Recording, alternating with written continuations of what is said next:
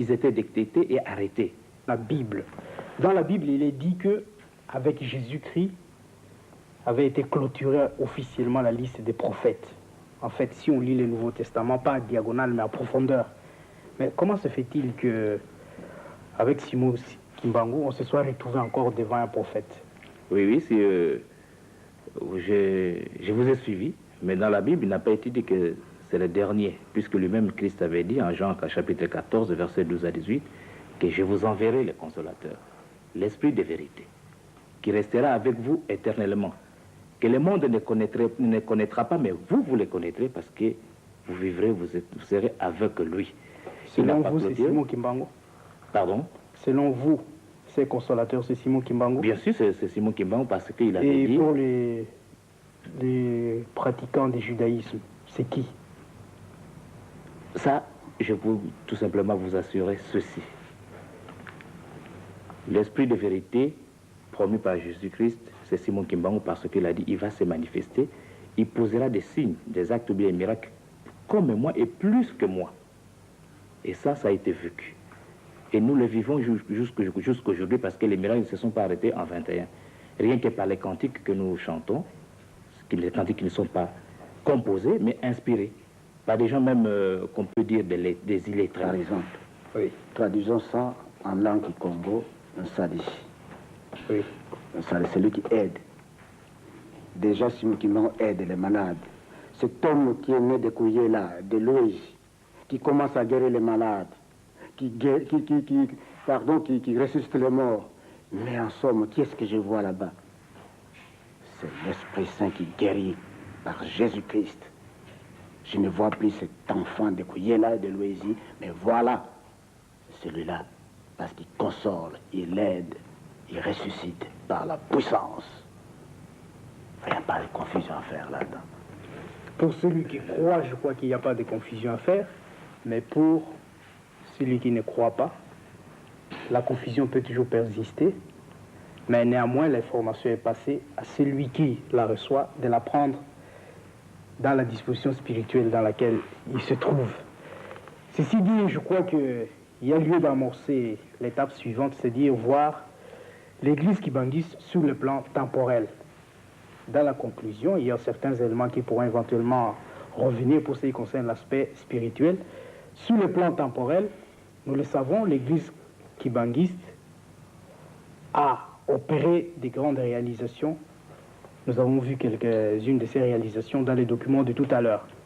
Mais concrètement, Maître Mbongo, vous êtes pasteur au sein de cette église.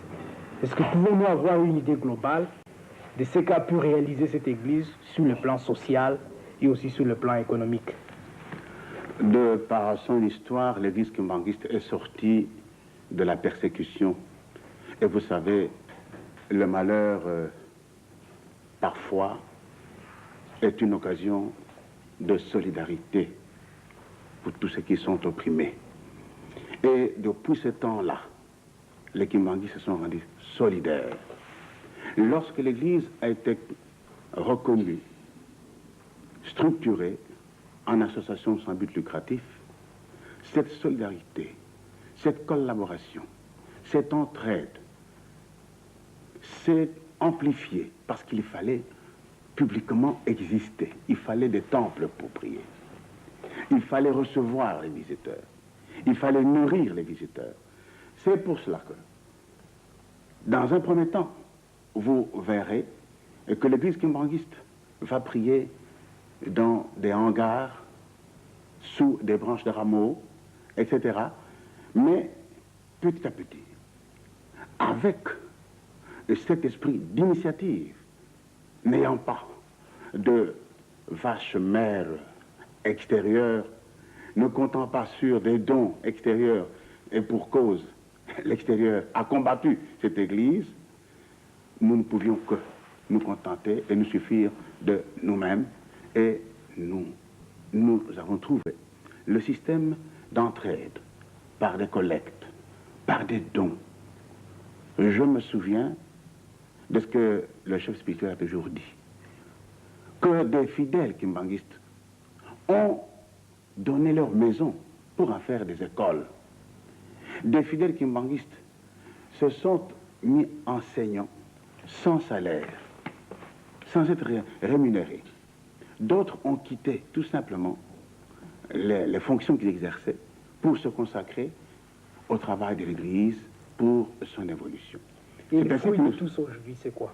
Parce que concrètement aujourd'hui, qu'est-ce que cela a donné? Oh, ça a donné des réalisations énormes. Nous avons d'abord les plus importants.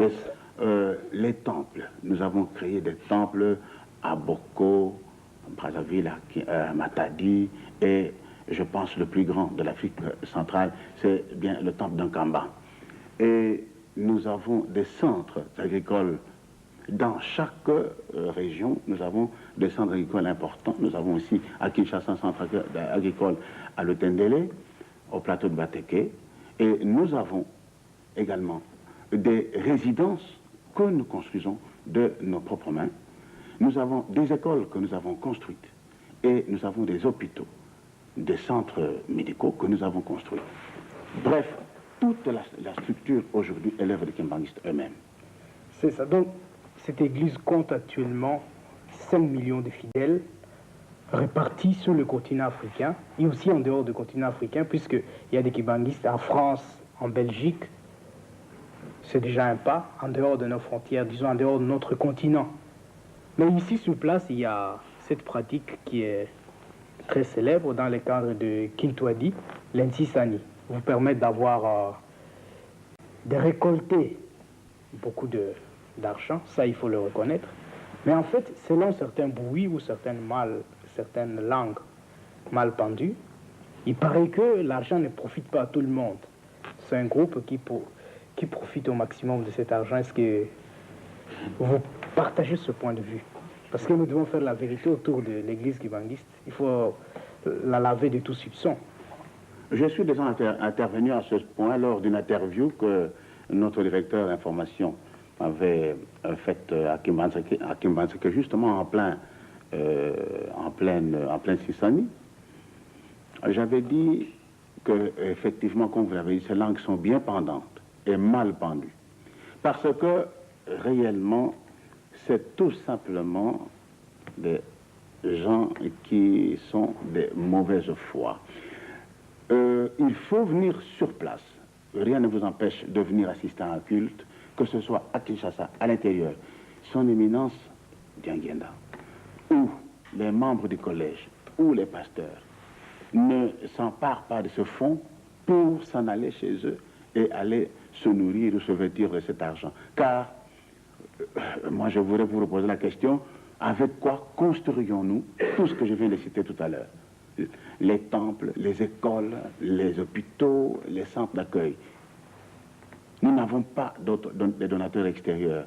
Vous pensez réellement que toutes ces réalisations tombent du ciel? Oui, effectivement, ce que vous dites est réel.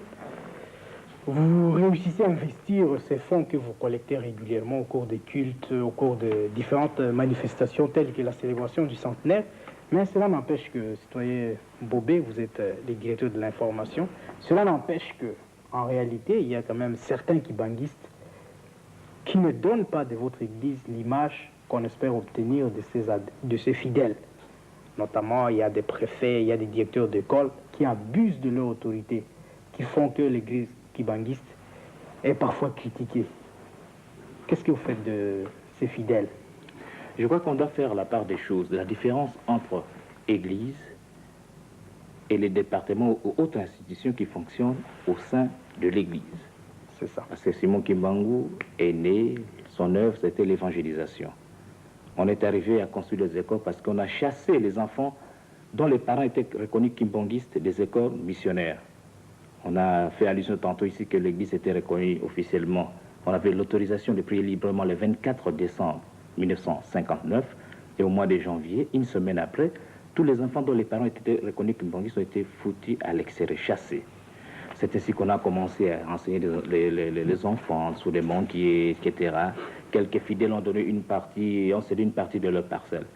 Bref, quand nous on a commencé les écoles, son éminence Dianguenda a pris tout le monde. Il a dit, je me réfère à la Bible, on ne peut pas rendre le mal pour le mal. C'est ce qu'il a pris tout le monde. Aujourd'hui, pour être bref, l'église est là, elle fonctionne. Nous avons l'enseignement, nous avons le département médical, les œuvres sociales. On engage tout le monde. Et les kimbanguistes, c'est comme les non-kimbanguistes. Mais s'il y a par exemple quelqu'un au sein d'une institution, un préfet, un directeur, qui commet des gaffes, en tout cas ça l'engage personnellement. Ce n'est pas l'ordre qui lui a été donné par l'Église. Parce que l'Église, c'est comme l'hôpital. Quand les malades se présentent à l'hôpital, ils doivent suivre les cures qui leur sont prescrites par le médecin. Si vous ne suivez pas, vous restez malade et puis vous finirez par la mort. Donc l'Église, en soi, c'est un forum où on donne les conseils aux gens pour qu'ils puissent se référer à la vie de notre Seigneur Jésus-Christ. Donc à ceux-là, qu'ils sachent très bien qu'ils travaillent au sein de l'Église kimbanguiste, ils doivent donc se conduire selon les directives qui nous sont toujours données par le chef spirituel de l'Église kimbanguiste. Les directives d'aimer son prochain comme soi-même et de rester un peu pur, parce qu'il a dit que la sainteté n'existe pas, mais elle doit exister parce que nous sommes les enfants de Dieu. Là, vous avez parfaitement raison. Je partage d'ailleurs votre point de vue. Quand un individu, disons une personne, commet une erreur, en principe, cela ne doit pas engager l'institution au sein de laquelle il œuvre ou il preste son service. Mais ce qui est regrettable, nous voulons souligner ici, c'est que lorsqu'un préfet d'études dans une de nos écoles commet une erreur, si un autre dans une autre école qui n'est pas de notre confession, de la convention kimbanguiste, voilà comment on peut dramatiser la situation. C'est pourquoi les chefs nous appellent toujours de prendre garde, de faire attention dans notre comportement. Mais pourquoi toujours les gens s'alarment, dramatisent une situation qui est plus moindre, alors qu'ailleurs, qu'on ferait même encore plus que ça? Et alors, quand il s'agit d'un kimbanguiste, c'est tout le monde qui voit les côtés kimbanguistes. C'est justement la différence, vous avez posé la question, ce qui différencie l'église kimbanguiste à d'autres personnes, à d'autres, je ne sais pas qui, mais enfin, je voulais attirer l'attention pour compléter mon frère, là. C'est ça, l'éclaircissement vient d'autres données, donc je crois l'opinion est fixée sur la réalité des choses. Et dans les prochaines occasions, si il y a des pierres à jeter sur des personnes, on les jettera sur des personnes et non pas sur l'institution qu'est l'église kimbanguiste. Ceci dit, nous approchons lentement mais sûrement vers la fin de cette émission. Il y a une réalité que nous ne pouvons oublier autour de l'existence de l'église kimbanguiste. C'est qu'il y a une personnalité forte qui dirige cette église depuis son existence. C'est le chef spirituel, son éminence, Diangenda Coutima. Mais sa personnalité intrigue un peu. Il est guérisseur. Il opère des miracles aussi de temps en temps. Est-ce que ces dons dont il dispose constituent-ils un héritage ou bien c'est un acquis temporel? Je dirais tout simplement en un mot que c'est un choix de Dieu. Sans commentaire. Et pour le compléter, nous avons dit que le chef spirituel est le successeur de Simon Kimbangu, à la tête de l'Église et du mouvement ainsi que de l'Église. Il est donc le dépositaire de tout le pouvoir que possédait son père, qui guérissait, qui ressuscitait les morts, etc. C'est tout à fait normal. Hein? Et je pense qu'un chef spirituel qui n'opère pas de miracles doit poser le problème justement de finalement, est-ce qu'il est en contact avec un Dieu agissant, vivant, oui ou non? Et lui nous en donne la preuve que c'est un vrai chef spirituel. Oui, effectivement, il est un chef spirituel, mais nous ne l'oublions pas, c'est aussi un homme, un être créé par Dieu, pour ceux qui le croient. Donc, il est venu, il vit, et un jour, le Tout-Puissant l'appellera à lui. Nous ne l'oublions pas. Est-ce que vous, au sein de l'église kimbanguiste, je n'anticipe pas, prévoyez-vous comment préparer la succession à douceur pour éviter tout conflit de pouvoir si jamais Dieu l'appelait à lui et qu'il y a vacance au niveau des postes des chefs spirituels? Quelles sont les dispositions prises en fait? Bon, pour satisfaire justement la curiosité temporaire, la Constitution, puisque c'est une association sans but lucratif, je crois que le statut prévoit, en cas de décès d'absence du représentant légal, il y a le collège qui se réunit. Mais encore, il faudrait se référer justement au choix de Dieu, comme je l'ai souligné. Et vous vous souviendrez dans la Bible, même le choix de Matthieu, qu'est-ce qui s'est passé à ce moment-là? C'est dans la prière. Et c'est ainsi que nous nous référons à cette puissance, à cet amour de Dieu. Et nous faisons des prières pour ça, pour que Dieu puisse encore choisir quelqu'un. Mais nous ne savons même pas, comme les gens attendaient la mort de notre Père spirituel. Mais pour nous qui vivent encore longtemps, je sais qu'il passera, mais pas pour demain. Et puis, encore, Dieu est avec nous, le Saint-Esprit vit avec nous, Jésus-Christ est avec nous, il ne nous laissera pas pauvres parce qu'il n'a pas oublié ce peuple. Même si ce peuple s'était considéré comme une brebis égarée, perdue, mais puisque nous nous sommes retrouvés auprès de ce Seigneur, en tout cas, il ne nous laissera pas pauvres. Donc, les gens peuvent bien se tranquilliser que Dieu ne nous abandonnera jamais. On ne peut pas vous dire que demain c'est un tel qui succédera à son éminence, parce que, non. Parce que nous disons, c'est Dieu qui choisit, c'est Dieu qui ne nous abandonnera pas. Là, je n'ai pas voulu ouvrir une brèche dans un domaine spirituel. Dieu seul connaît comment il a organisé les choses et à quel moment il pourrait intervenir. Révérend Mbongo, vous êtes juriste, je l'ai déjà dit. De surcroît, vous êtes membre du comité central, une des hautes institutions de notre pays.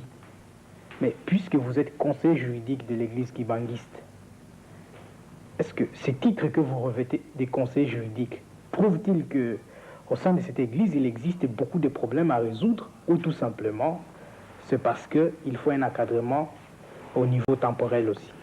Une église est une institution inévitablement humaine aussi, fondamentalement spirituelle, parce que l'objet d'une église, c'est de prêcher la parole pour le salut des âmes, mais n'oubliez pas que l'Église rassemble en son sein des êtres humains. C'est pour cela, d'ailleurs, comme le disait le secrétaire général, que les églises sont constituées en association sans but lucratif, qui est une institution légale. Et pour cela, il faut un encadrement. Il faut un comité exécutif, il faut un représentant légal, il faut absolument le respect des règles qui régissent les ASBL. D'autre part, l'Église vit dans un contexte social. Les difficultés ne manquent pas. Et je pense que je ne suis pas là pour défendre devant le tribunal la cause des kimbanguistes, mais pour aider à sa restructuration juridique pour qu'elle soit conforme, aussi bien sur le plan spirituel que sur le plan légal également. L'Église devient de plus en plus internationale, elle devient universelle. Vous avez dit qu'elle est au Congo, en Angola, en Zambie, en Europe, etc. Oui. Il faut bien une structure juridique pour lui donner une forme qui puisse être absolument légale et valable et acceptable. D'ailleurs, dans toute société d'hommes, même si c'est une société à caractère spirituel, le problème ne manque toujours pas. Donc, votre contribution doit être appréciée à sa juste dimension. Même au sein de l'Église catholique, il existe ceux qui ont fait le droit canon, c'est pour pouvoir aider un peu l'Église à évoluer dans les temps. Nous allons bientôt arriver au terme de cette émission.